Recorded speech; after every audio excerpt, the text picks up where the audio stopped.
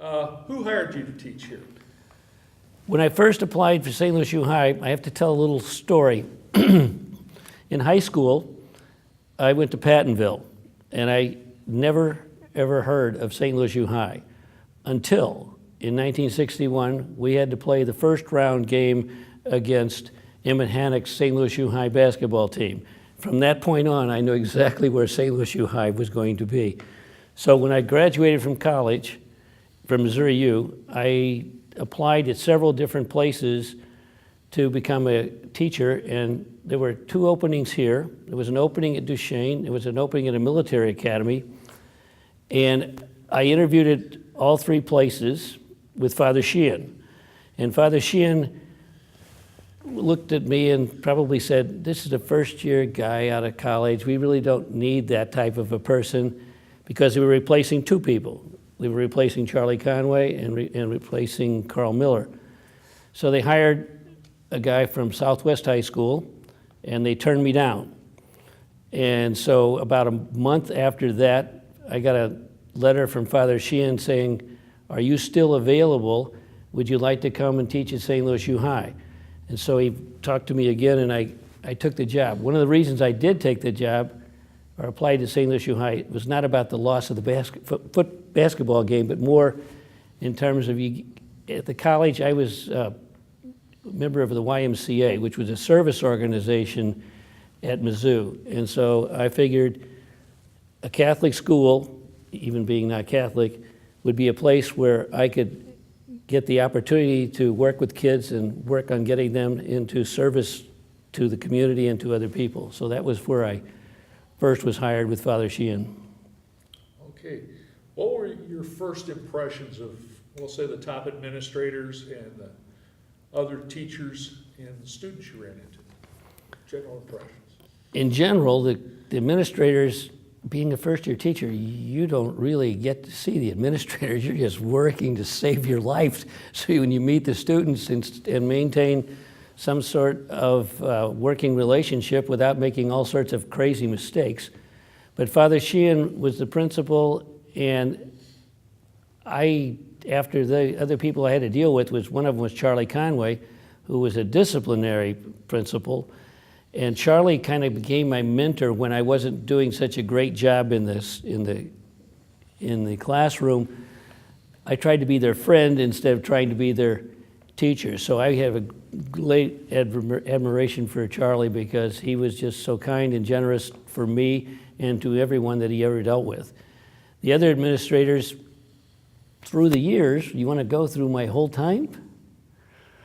Not really, Let's not really, but just in general, the administration was all Jesuits until about 1980, and then you got our first layperson with Paul Owens, and then we now have a Jesuit principal again after 35 years, and so I feel that the top administrators have always been willing to work with and help the individual teacher to improve. And they're outstanding people. They're just always concerned about the students, concerned about the faculty members, and we all work together to go forward to create a great institution. How about your fellow teachers? When I first started out, there weren't that many lay faculty. There was mainly Jesuits.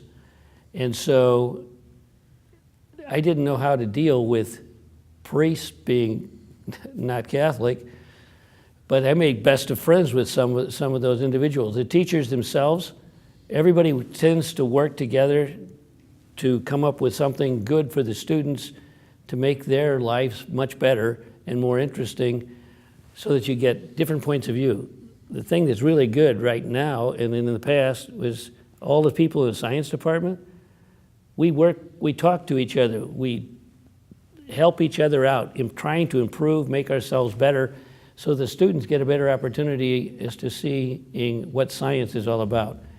And over the last, 10 or 15 years, all the technology that's been added, those of us that aren't old, I'm the only old guy in that department, everybody else has really grabbed onto the technology and introduced it in the classroom, and it's really made teaching much easier. But I don't know whether it's also very distracting to students at times. Very distracting. Now, as we talked about before, off camera, you left SLUH for a couple of years to go into the Marine Corps. When you came back, did you notice any significant changes between before you left and when you got back? Well, after the first 3 years here, the number of Jesuit priests was quite large, and the number of scholastics was quite, 5 or 6 scholastics each year. When I returned, a number of things happened. Number one, we were hiring more and more lay faculty. The scholastics, the numbers of them coming into the order were just dying. They just weren't coming in as many people, and the older priests were kind of being pushed aside by the new faculty to some extent. But an interesting thing happens in terms of discipline. During the 68 and 69, before I went in the military, one of the major concerns of St. Louis U High was how long would the sideburns be, how long would the students have to wear their hair, and so forth. We came back, it was like, oh well, what difference does it make if you got long hair, if you got short hair? And with the faculty, when I first started, you were told men would wear a tie and a coat, and it doesn't make a difference when the temperature was high in August, in September, you could take off your coat. Otherwise, that's what you did. When we came back, there'd been sort of a faculty rebellion against it. Joe Schulte started wearing turtlenecks. Al Pascalucci started wearing Nehru jackets, and sort of against the faculty, the faculty's dress code, if you want to be. Nowadays, it's like my whole career, I always wore a tie.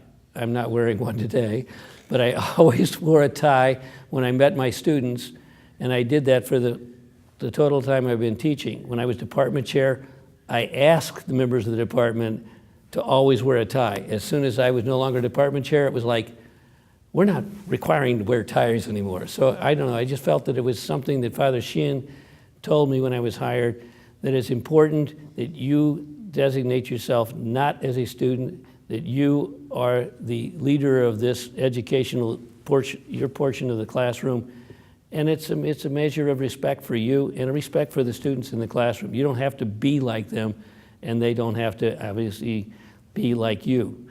So you are different. When did you first begin your coaching career? Well, I know you've done water polo and ice hockey.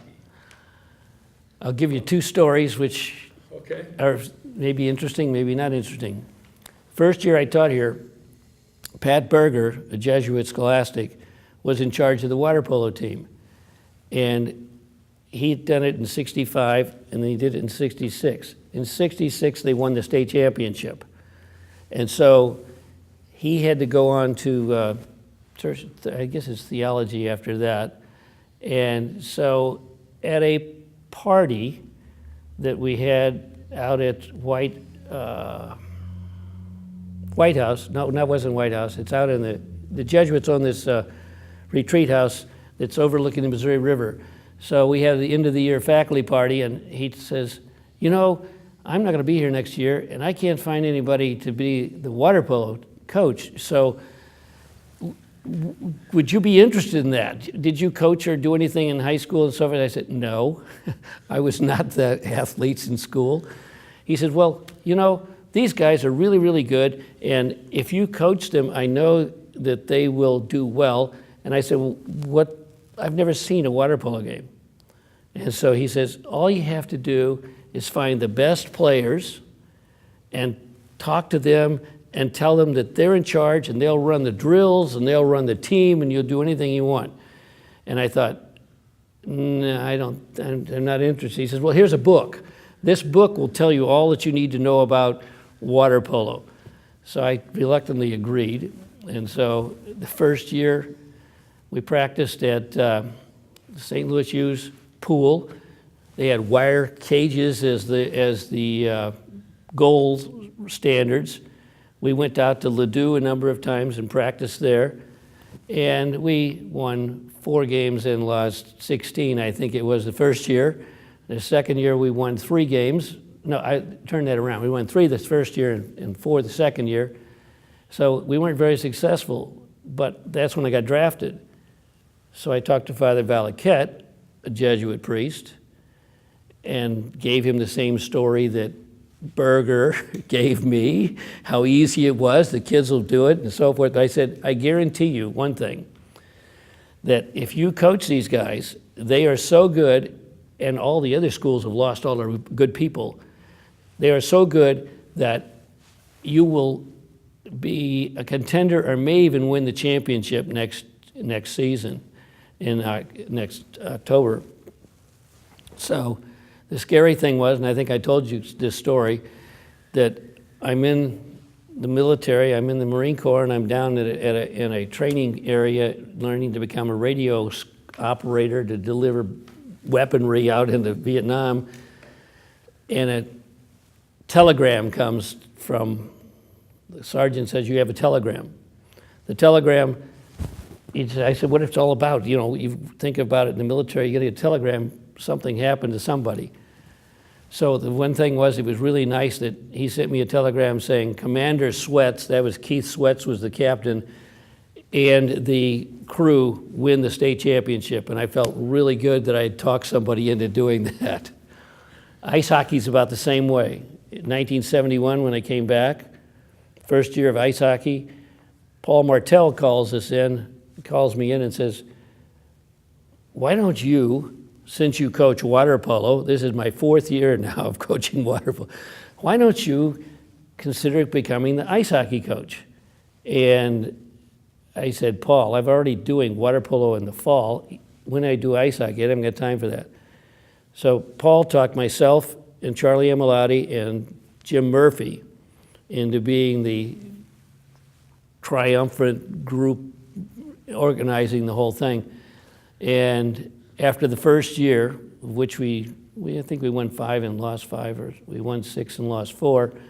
After the first year, Charlie Amilati stayed with me. He was teaching chemistry for 2 more years, and Murphy went back to wrestling. And then from then on, when Charlie quit 2 years later, I did it for the next 38 years. So a lot of fun, a lot of things happened which are good. We did reasonably well for the last 10 or 12 years, and then I just decided that it was time for me to no longer, I just decided it was time for me not to be part of it any longer. One of the reasons, and I'll just be very blunt about it, the parents just kept really thinking that they knew everything and how they run everything, and it just got tired of that. By the way, the next year they won the championship. So I took some credit for that. And they did give me the ring, and they did give me the jersey, and they wrote my names on it, and those guys were really, really good to me.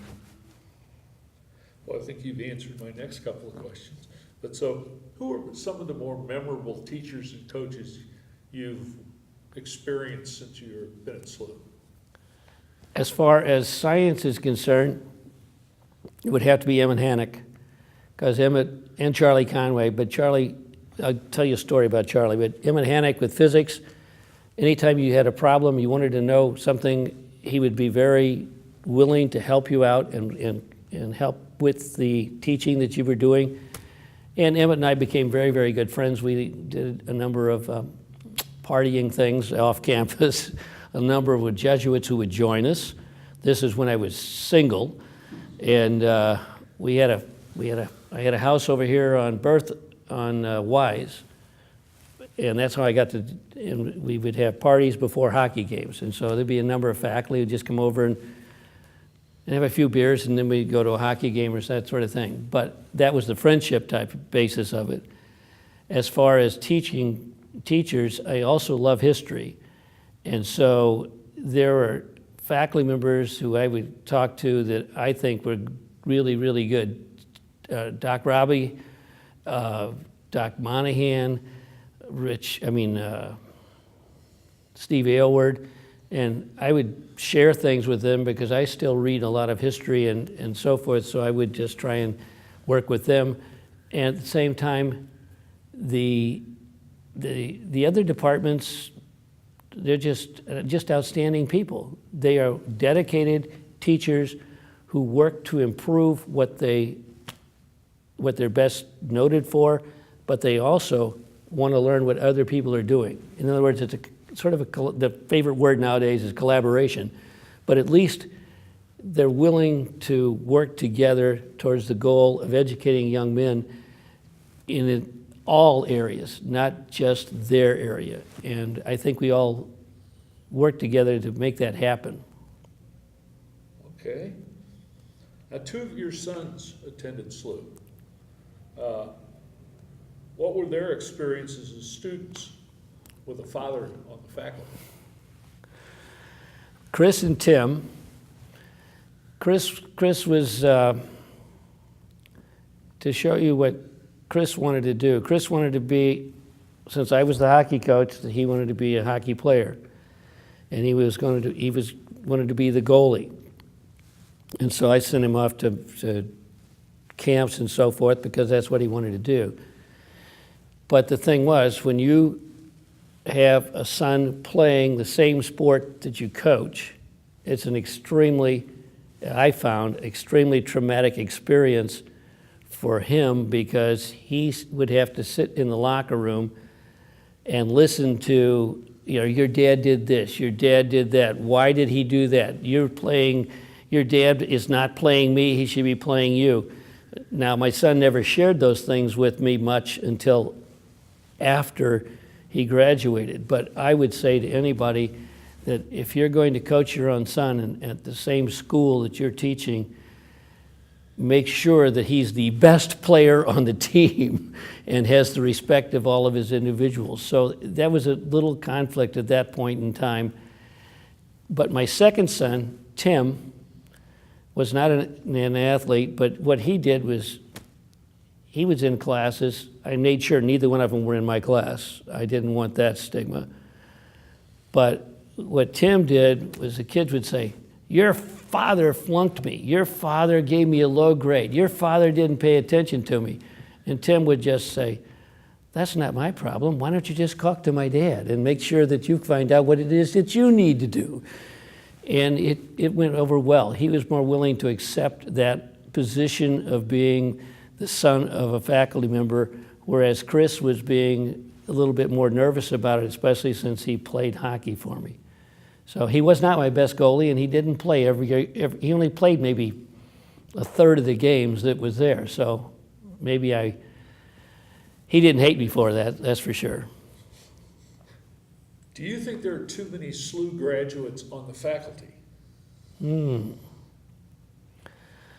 Well, I would say the things that the SLUH graduates make the faculty, and I'm thinking mainly of right now guys in the English department, which is they contribute a lot because they've been taught by the guys that came before them. They respect the guys and priests especially that came before them, and being mentored by those guys, they tend to work together, and they're not, the ones I know are not arrogant, like because we graduated from SLUH High, we know everything. They're just not that way. They know how to deal with people in all walks, coming from different schools and different backgrounds, and they're not arrogant like that little song that appears at the beginning of the Senior Follies that talks about the arrogance of SLUH students. I just find it good that we have that type of variety, but one thing that's happened over the years is the faculty's gone from, I think, one female in 1968 to, at the present time, we're up close to 25% female, and the boys get a different look at things. Some of them tend to be rather they tend to be like, I don't know what the proper term is, but some of them think that women are inferior to themselves, and they try that some of the students still behave in that manner, but you know what? Men faculty just let them know exactly where they stand. That is, the boys, you're not allowed to do this type of thing. And now in the last 10 years or so, very, very little of that type of dislike of female being my teacher is part of the student body anymore. Do you think there's enough diversity on the faculty now? Well, obviously with the women there is, and the number of people that are not Catholic is probably, besides myself, it might only be 5 or 6 people. But being non-Catholic on the faculty, you didn't come here to just teach your subject. You came here to be part of a community that teaches a whole person, and hopefully different points of view are acceptable. And since now 20% of our student body is minority, and a number of them are not Catholic, and we even have I think we have one Jewish member, we have a number of Muslims, and so the faculty, the student body is more diverse, and so the same thing has happened with the faculty itself. We have African American teachers and African American coaches, and so I think the diversity has helped the school really become worldwide type point of view instead of a parochial point of view. Okay, over the years, there have been a lot of principals and other administrators that have rotated. How have things changed because of that? Or have they? When I first started with Father Sheehan, and then Father Bailey, and then Father Durso, and Father Houlihan, and Father Dressel, we were all Jesuits until the early 80s. And some of those guys were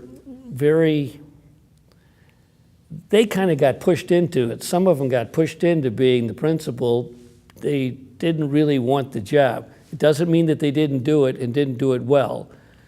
It's just that they were not extremely happy with it. So I felt that the administrators were always quite willing to work with the faculty to make things better, and they were always challenging us to try this, do this.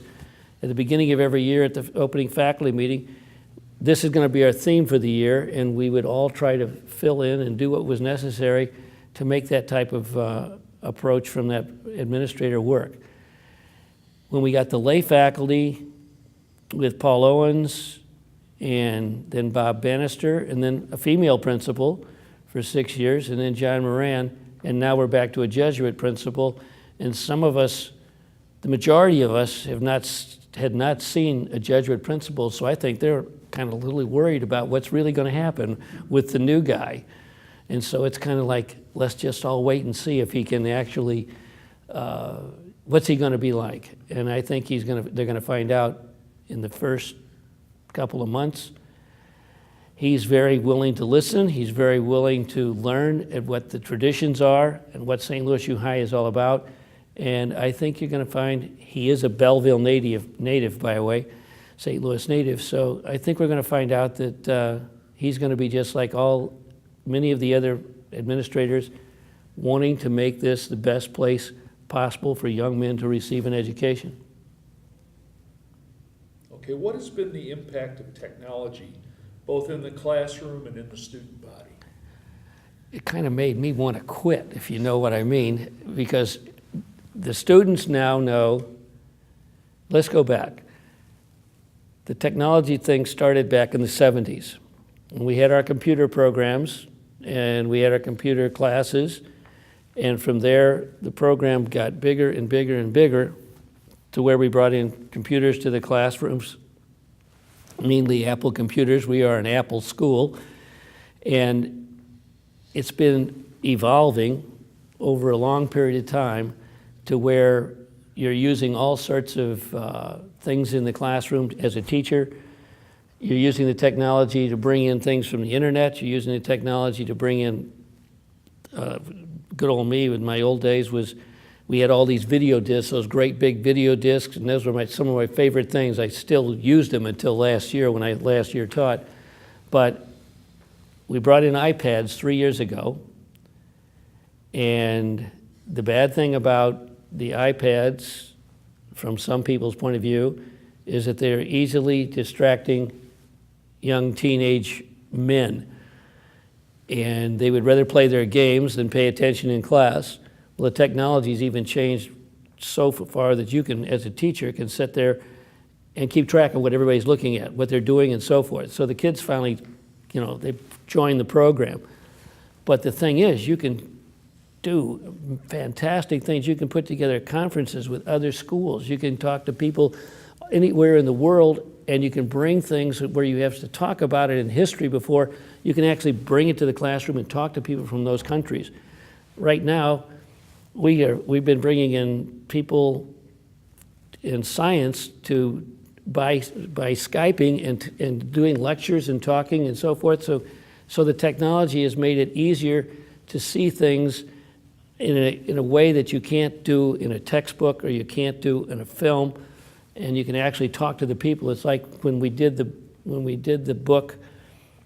We have a yearly book that we read. This whole student body reads it, and then there's a discussion and so forth. Well, one of them we did was called The Martian, and then we did the movie The Martian that the faculty went to. But then we had the author come in and talk to the students and get them realizing, how did he get interested in science? Why is he writing a book about this and so forth?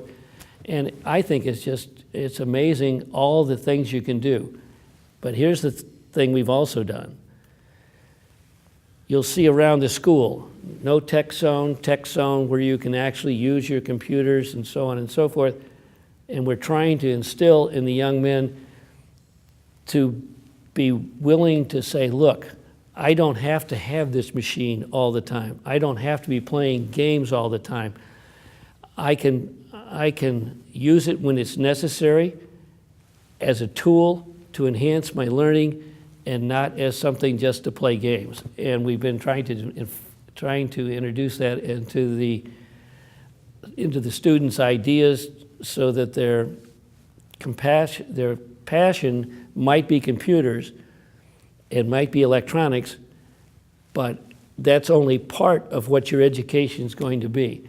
And we think fairly successful with that. We've eliminated, if you want to do your games on your computers, there is a space for you to do it. You can do it at activity period.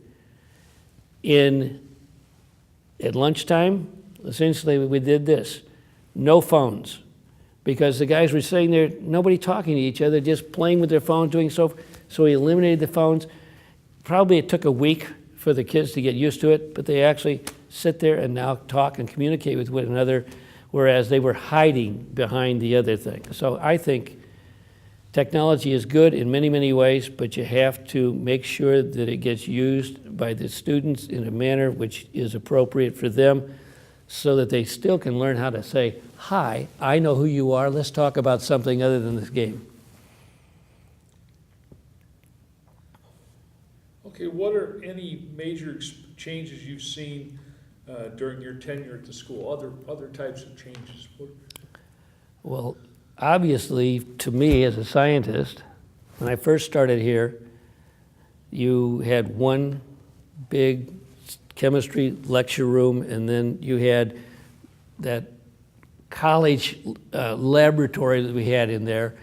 And so after the first 4 years of doing that, when I came back from the military, I think it was Father Bailey arranged this. We went over to Assumption High School, removed a bunch of their chemistry stuff, and we brought it in and redid the science labs upstairs in chemistry. Then we did the same thing again in the 80s a little bit, and then in the 95, we ripped out the whole upstairs, the 2 floors, put in an all-new science lab. That's been 1994, 95.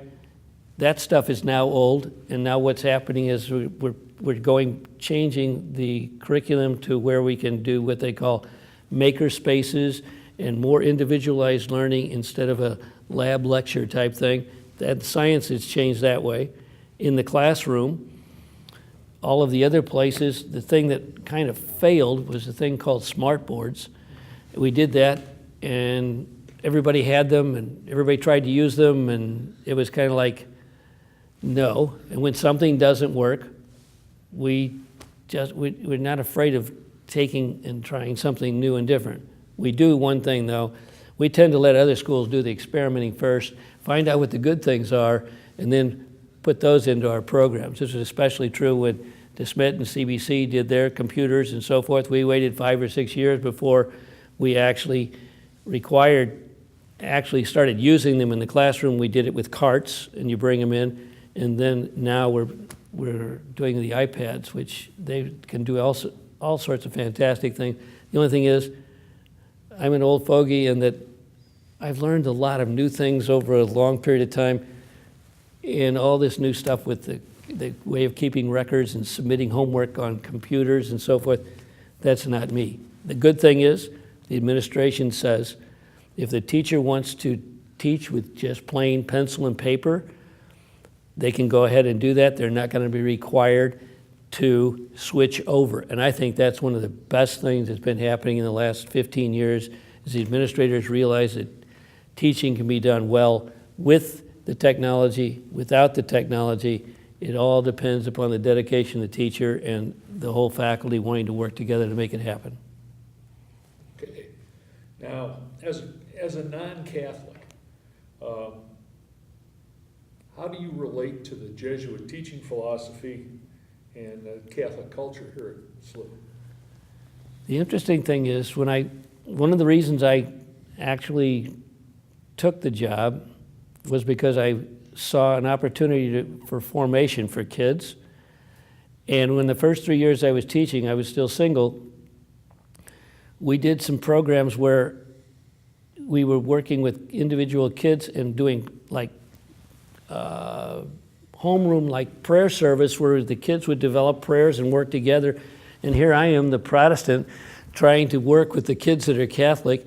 And it was interesting to see that there are an awful lot of things in common that people don't realize. So I'm from the outside looking in. We happen to have a couple members of the faculty, other Protestants, who we all just jump in and we look at the Jesuit philosophy. The Jesuit philosophy is essentially a Christ-driven type thing. People just appreciate, work with, and try and make it a place where people want to serve other people. They want to work together, and it doesn't make a difference whether you're Jewish, Protestant, or whatever. It can still work. And just for those people that might be seeing the interview, what we do with the non-Catholics is they go to the religion classes, they do the prayer services, and they participate in the Mass as best they can. It's not something where you have this group against that group. They buy into it, and the kids share these type of things in religion class so that they learn from one another. So that's a philosophy, if you want to call it a Jesuit philosophy, that people get to know each other and work together. I just call that being human. Okay. And for our last question, how much contact, and you've talked about this so far, but how much contact or interaction is there among faculty outside of their own department? This is something that's been kind of new.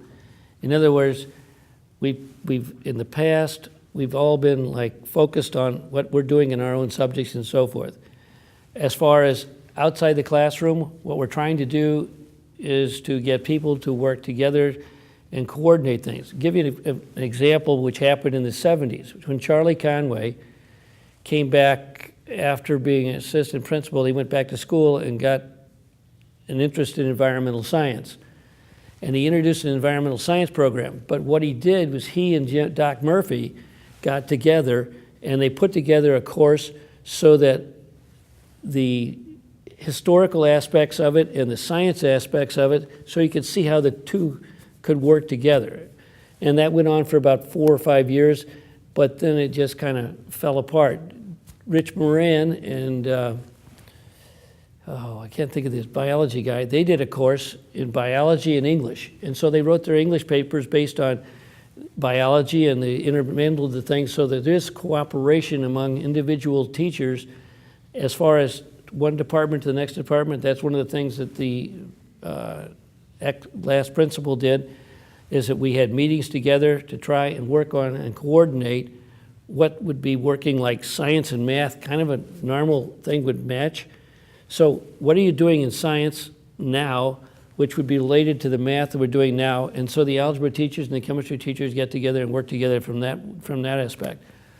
As far as the language people, they're working with some of the history people, so you can bring in other words, there's more collaboration than people actually think there happen to be.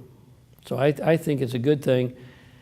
And when you can see what each other's doing well and work together to improve what each of you are doing, that makes it a more global situation, which is what we're trying to do, is let kids know that you just don't live in St. Louis, you live in the whole world, and you're going to be influenced and affected by the whole world, whether you believe it or not.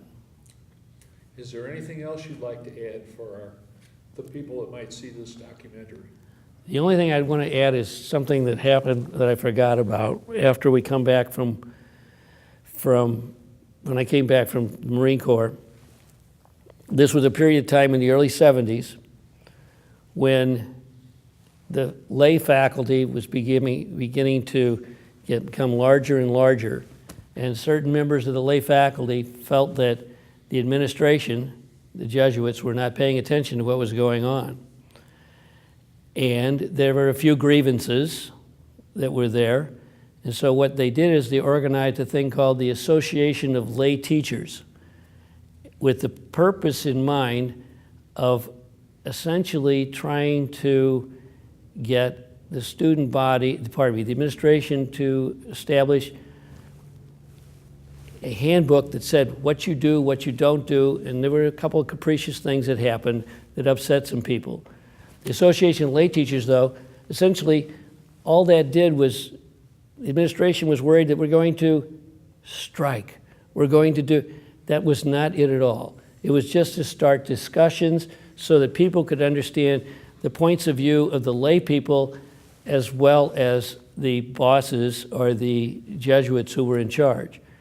Out of those meetings, over a 3-year period of time, came the Board of Trustees, and the governorship of the school was no longer just 3 or 4 priests. It was there's still the Board of Governors, but then they came the Board of Trustees, and lay faculty and priests became part of committees that were formation of, there was a budget committee, there was an academic committee, there was all sorts of things where people now felt that everybody took ownership of the school. And I think that was one of the really good things. But then we, after 2 years, we let Jesuits join, but no administrators. And then after another year or two, administrators were part of it. Then one of the things we did was we ran for 4 years what's called you have the faculty, senior follies. We had the faculty foibles, which was a show put on by the faculty making fun of themselves and the students and the student body, raising money for scholarships for kids that graduates of St. Louis U High. Now, how much of a scholarship you got? Well, we're talking the 1970s, so when you got a scholarship of $500 or $700 or thing, that was big money. Today, I don't think we would be doing that type of a fundraiser, but it was a fun time for the faculty to work together towards a goal, and it got the Jesuits and the lay faculty talking to one another, learning each other's concerns on what was important to each other's family. So that's what I would like to add. Okay, Charlie, well, thank you very much for participating in this effort. And that's all I have.